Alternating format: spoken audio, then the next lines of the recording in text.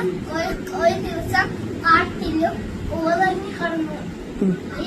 ഉറങ്ങി കിടന്നപ്പോഴ് എലി വന്ന് കളിക്കാൻ തുടങ്ങി. വാലും ചെവിയിലും തലയും മനസ്സിലും വലിക്കാൻ തുടങ്ങി. ദേഷ്യം ആരാണ് തലയെ പിടിച്ച് തലയിലും കരുത്തിലും വാല ആരാണ് പിടിച്ചേ? എലി തൂക്കിയെടുത്തു. ഒന്നും ചെയ്യൂല.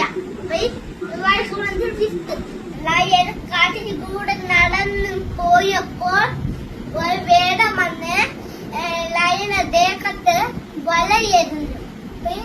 ലയനെ വലയെറിഞ്ഞപ്പോൾ കുടുങ്ങിപ്പോയി.